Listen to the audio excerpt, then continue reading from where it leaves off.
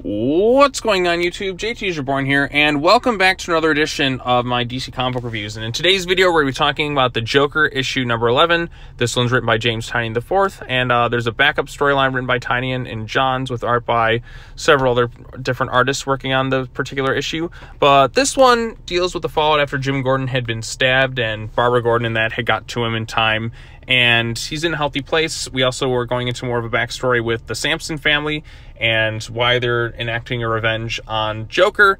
There's a lot of mysterious stuff going on here, and Jim Gordon himself is kind of pinpointing, okay, I think he's gathered all sorts of clues, and he's getting to the bottom of who he thinks was truly behind the whole A-Day incident, because now everything's converging on the Sampson family ranch, which basically the Sampson family, it just kind of feels like a fill-in for the Texas Chainsaw Massacre family. That's kind of the vibes around it. They're in the middle of Texas. They're cannibals. They have all sorts of sort of things. So it feels like a nice tribute in a way to the Texas Chainsaw Massacre movies.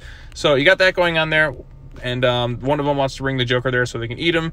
Vengeance is dealing with her stuff here. Like, she wants revenge on the Joker after believing he was responsible for the death of Bane. Jim Gordon was there. Babs, I like the stuff between him and Barbara in this particular issue, where she's just kind of taking charge. You're like, no, you're going to recover. I got somebody watching you at all times. And it turns out to be Cassandra Cain, which, like I said, I don't mean to kind of keep bringing this up in my reviews, but it's so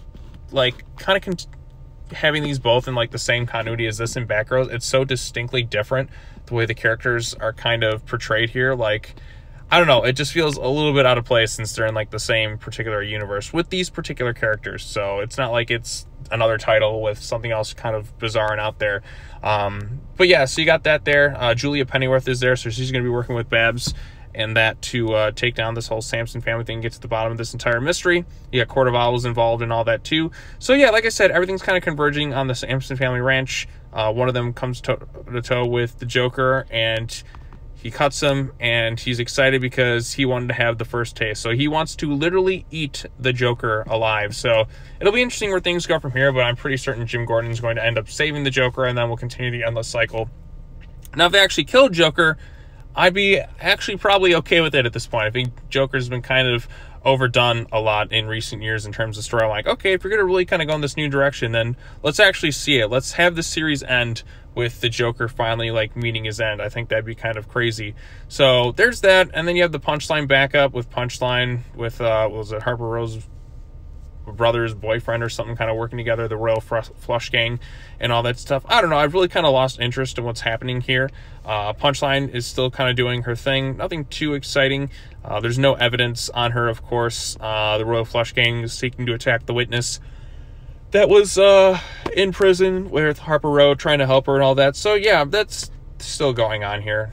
This will probably go till the end of this whole Joker book. I don't know how many issues this thing is going to be. I think there's definitely going to be more than 12. I think it's going to go at least till April, and hopefully that'll kind of be it for this particular Joker book. Or should I say Jim Gordon, because this isn't really a Joker book. It's more so a Jim Gordon book than anything else. And like I said, I like Jim Gordon, but the title just feels super misleading. Once again, Joker's not really in the book that much, but at least, he had a page, so I'm hoping, what is it, in the next issue we get a lot more Joker content in the Joker book. I don't know why you'd want to read a Joker book and not have the Joker in it, and that's just kind of confusing to me. Yeah, I get maybe some issues he doesn't have to be in every single page, but there's some issues where he's not even in it at all, just kind of briefly mentioned. So like I said, this has been a very misleading book, just titling this thing Joker, but I did enjoy this thing. I like the stuff between Babs and her father, so that stuff kind of interested me the most. Having Joker deal with a bunch of cannibals who wants to eat him is kind of something new and interesting. It's basically the Joker meets the Texas Chainsaw Massacre, so I'm wondering if he'll come face to face with Leatherface or something like that, which would be kind of crazy. Back up with Punchline in that, I just have hardly any interest in what's happening there, so just kind of curious to see how that will end in particular. But like I said, I've kind of lost a lot of interest in some of the stuff going on in this title. I do feel like I need to go ahead and reread the Joker book, because I've kind of am forgetting things that are happening, because I only read this issue maybe once or two, maybe 3 times. I usually try to read it, and then I'll try and read it again before I go on and try and record the video on it, and just kind of give it a few minutes to let it settle. But then kind of after that, I don't necessarily go back and reread a lot of the comics I'm kind of reviewing, like the Joker stuff. I'm like, I kind of remember what happened the previous month and just trying to go from there. But that just goes to show that it's not kind of keeping me interest like the way I wanted it to. But I do think if we're going to get to the final issue, I will go ahead and reread the entire Joker run. So that way I'm all caught up. Everything's kind of clicking. And then hopefully we'll kind of get to solving this whole A-Day situation, because I feel like this has been going on for so long. I also feel like we really should have kind of gotten an answer to the whole A-Day thing probably in the middle of Fear State, but for whatever reason they're kind of keeping it after the fact, because we're already kind of moved on to the next thing. Like the whole A-Day thing, like that to me is just like felt so long ago at this point. That was the beginning of Infinite Frontier. Wow, it really feels like it's been so long. Yeah, interesting.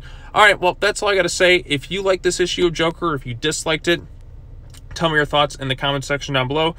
Be sure to come back next time. I think the next comic review is going to be either I Am Batman, was it number 5, or Batman Urban Legends. So look forward to those videos, and I hope everybody has a very nice day. So I'm trying to get caught up here in time for next week's batch of comics, and then we'll move on from there. All right, well, that's all I got to say. As always, take care now. Bye-bye then, and I will see you all in the next video. Peace.